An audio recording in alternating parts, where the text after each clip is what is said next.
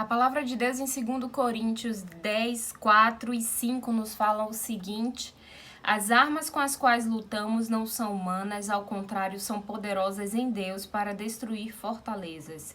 Destruímos argumentos e toda pretensão que se levanta contra o conhecimento de Deus e levamos cativo todo pensamento para torná-lo obediente a Cristo.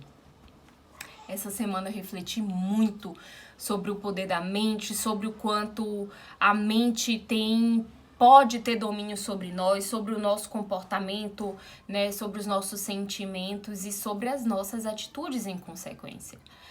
Essa meditação, ela veio de uma passagem que eu vi de uma pregação da pastora Thalita, que é uma pastora que eu gosto muito das pregações dela, do estilo dela, enfim. E eu tenho um grande apreço pelo assunto mente. Eu tenho algumas formações na área e de fato é um assunto de extrema importância. Por isso que eu trouxe aqui hoje para a gente refletir a respeito de mantermos a nossa mente cativa, a respeito de mantermos os nossos pensamentos cativos.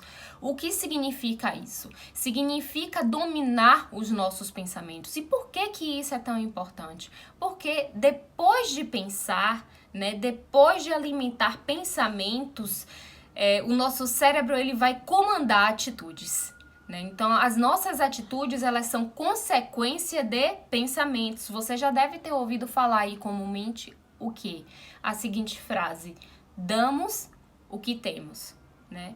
E, de fato, ela é uma verdade, ela vem, assim, ao encontro dessa mensagem, né, que estamos trazendo aqui hoje a respeito, né, da importância dos nossos pensamentos e por que devemos comandá-los, né?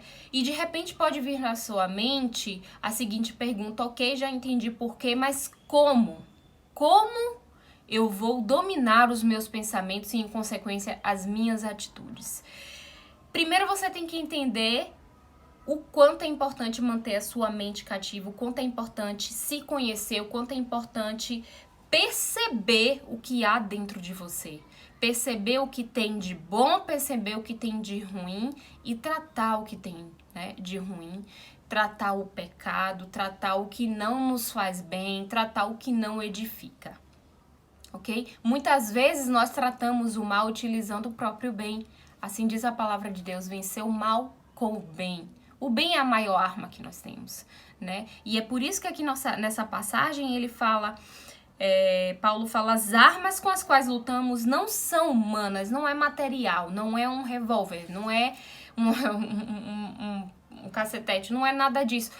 É arma espiritual, né? É a bondade, é o amor, é a esperança, é a obediência a Deus. Esses são alguns grandes exemplos, né, das armas espirituais e extremamente eficazes que Deus deixou, né, para que nós pudéssemos usar.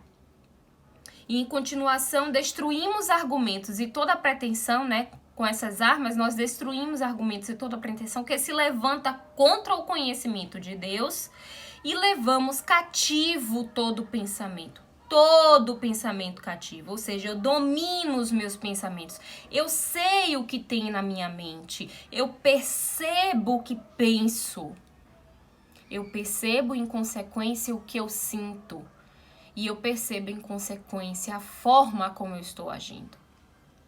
Amém? Para torná-lo obediente a Cristo, ou seja, a obediência a Deus, ela depende desse domínio. Você já deve ter assistido algum filme em que você vê reféns presos e, por se tratarem de reféns, né, o bandido, o vilãozinho ali, ele toma conta da parada. Né? E por estar armado, né, nesses casos, de fato, como se trata de um exemplo da vida material com arma de fogo, aqueles reféns desarmados nada podem fazer.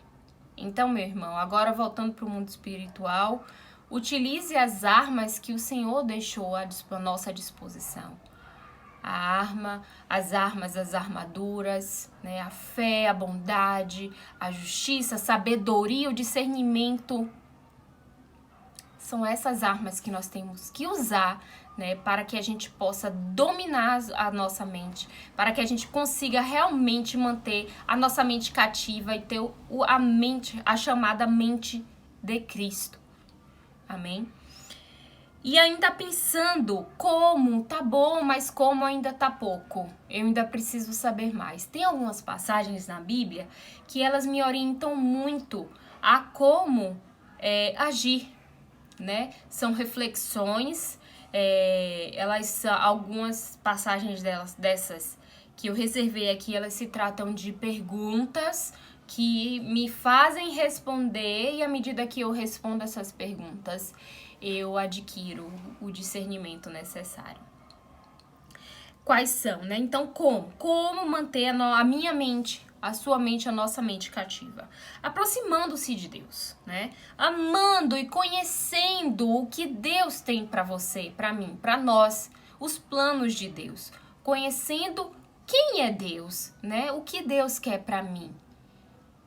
Tudo isso, toda essa aproximação, nos leva, né, à liberdade.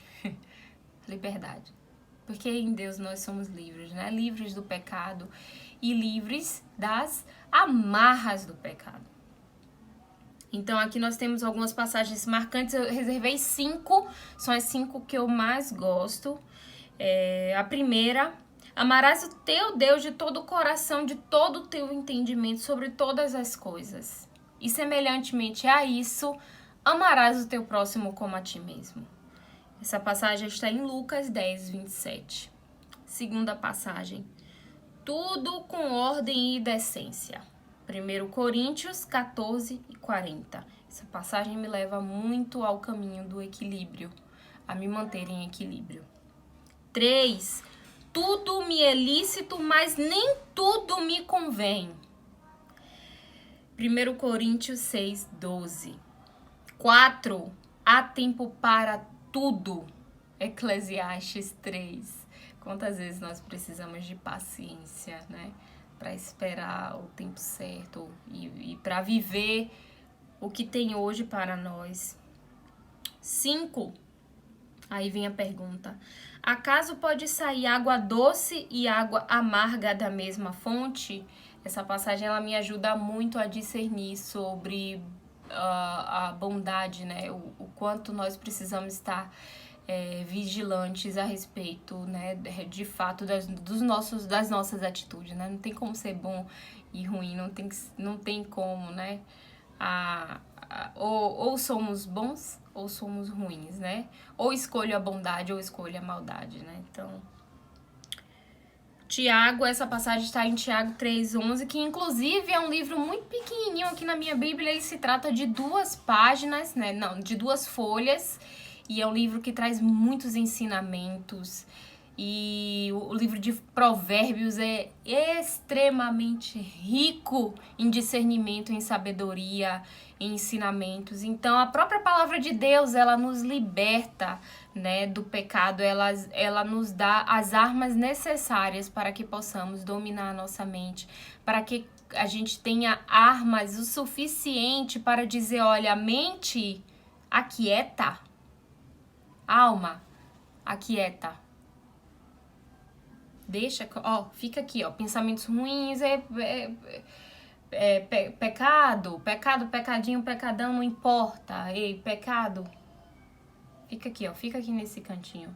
Bondade, vem cá, paciência, por favor, chega aqui. Vencer o mal com o bem.